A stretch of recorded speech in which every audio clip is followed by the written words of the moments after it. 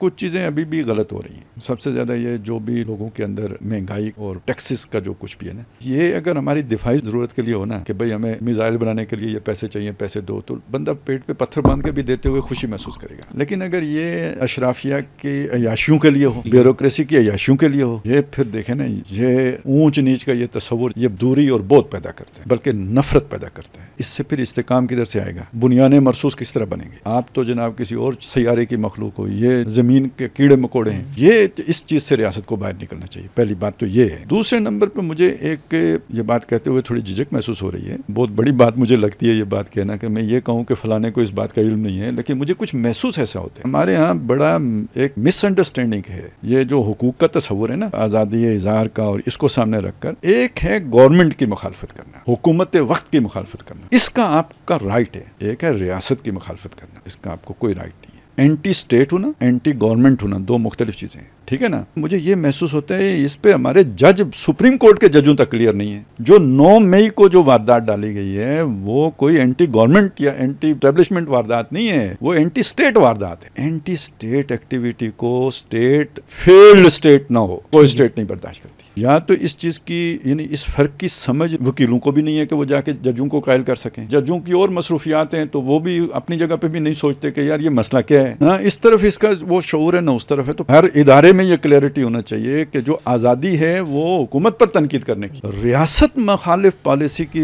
इजाज़त किसी जमात को नहीं होती। सीधा सीधा या तो वही माफ़ी वाली बात है, नहीं तो बैन होना चाहिए। नहीं तो कल जिसको भी दिल आएगा तो वो ये काम शुरू कर देगा। और ये एक्टिविटी क्या है? ये वही ईरान वाली एक्टिविटी है। आप अगर इंस्टॉलेशन के ऊपर हमलावर हो सकते हो, मियाँ वाली में, GHQ में, तो राइशगाह के ऊपर भी तो हमलावर हो सकते हो, जैसे कि ईरान में हुआ है। या वो इंटेलिजेंस दे सकते हो तो नहीं देंगे क्या? जो गैज़ो गज़ब हमें नजर आ रहा है, जो एक रिएक्शनरी बिहेवियर है, उसके अंदर तो वो हर काम कर, नेगेटिविटी में हर काम कर गुजरेंगे। जो भी उनके जिम्मे आएगा वो से दुआएं कर रहे हैं कि भाई जहाज क्रैश हो जाए, बंदा मरे। तो अगर कोई फैसिलिटेट कर दे, वो जैसे नहीं उनको खुदकुशों को फैसिलिटेट करते थे, आके फट जाते थे, तो वही कैफियत इनकी हुई हुई है। ये कोई बहुत बड़ा एक्टिविटी नहीं होती। आप 10 आदमियों को, जैसे होते हैं ना, आप स्कूल में बच्चे शोर करते थे तो मास्टर साहब आते थे या कोई मास्टर साहब आते थे, वो 2 बच्चों की फेंटी लगती थी, बाकी सब चुप होकर बैठ जाते थे। लेकिन वो फिर फेंटी होनी चाहिए, मतलब वो फिर पता लगे, सजा उस तरह की हो कि जिससे पता चले। एक तो ये है, यानी सिर्फ BLA ही नहीं है, ये जो पॉलिटिकल पोलराइजेशन है ये बहुत बड़ी एंटी स्टेट एक चीज को जन्म दे रही है। फौज भी पूरी तरह पाक नहीं हुई है। अफसर की बेगम किसी को बता रही थी, फौजी बहुत डरे हुए थे, वो तो एयरफोर्स ने कमाल कर दिया, तो उसके बाद इनकी जान में जान आई है। अब देखें, तस्वुर ये था उस बंदे के बारे में कि ये पॉलिटिक्स में इसकी दिलचस्पी नहीं है। मैंने पक्का खान साहब का बंदा, इस